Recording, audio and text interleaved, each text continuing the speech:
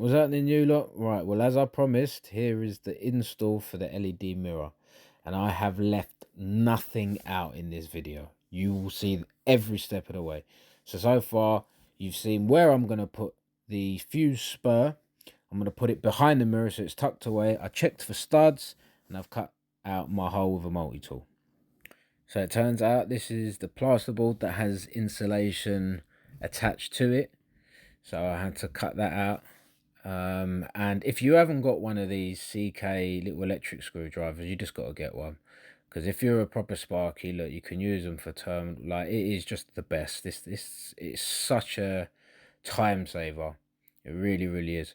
So we took out the socket that we're going to take power from to go up to our spur, and this was the most time consuming part. So I've got my rods out, and it was trying to find a little route to get to this socket here.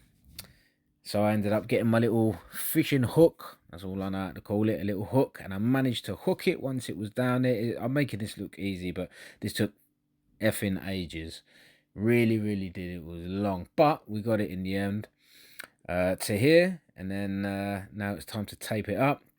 So we stick loads and loads of tape around it, because the last thing we want to do is lose this in the wall after everything we've just been through. I didn't show you half of it, mate, genuinely. And then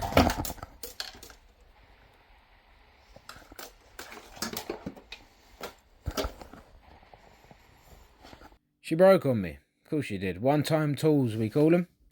One-time tools. But it didn't break to the point where everything was ruined. So I pulled my hole through. I made my little hole for my little bit of flex from the mirror. Stuck my little back box in. Stripped it out. And this is all self-explanatory. You know, I'm just going to leave you lot with the old ASMR for you to just see how we get on.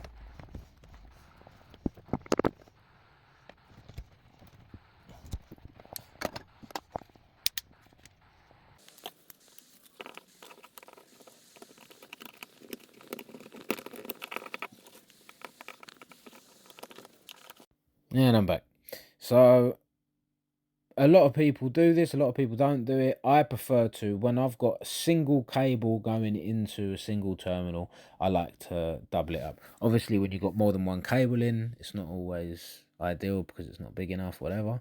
That's fine. But it's always just a stronger connection if you do it. That's how I like to do it. Go fuck yourself if you don't. What do you want me to say?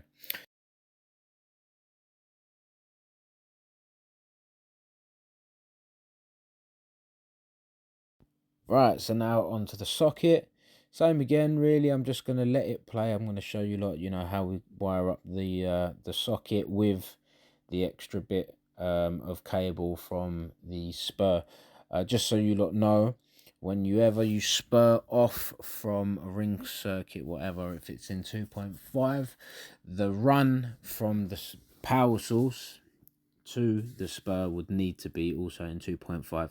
Once you go on the load side of your spur, you would use either the flex that's in your mirror or whatever, or 1.5 if you're running lighting. But always run 2.5 to the spur until you get your step down, and then you can run it in whatever's best.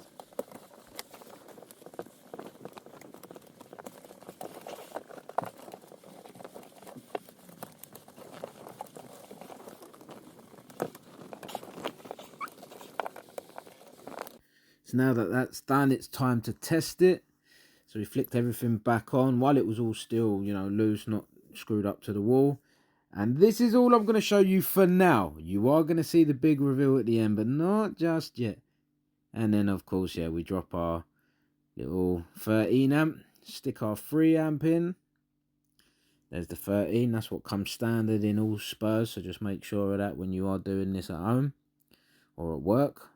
Get out our trusted little electric screwdriver again. We love you. Make life so easy. Look at that, man. 2 seconds, it's done. And then we mount her onto the wall. And are you lot ready? The time has come for the big reveal. And bosh. There you go. Everything's tucked away. You can't see nothing. Just the beauty. So thank you for watching, guys. If you got to the end, I really appreciate you lot, man. Drop me a like, a follow, and peace.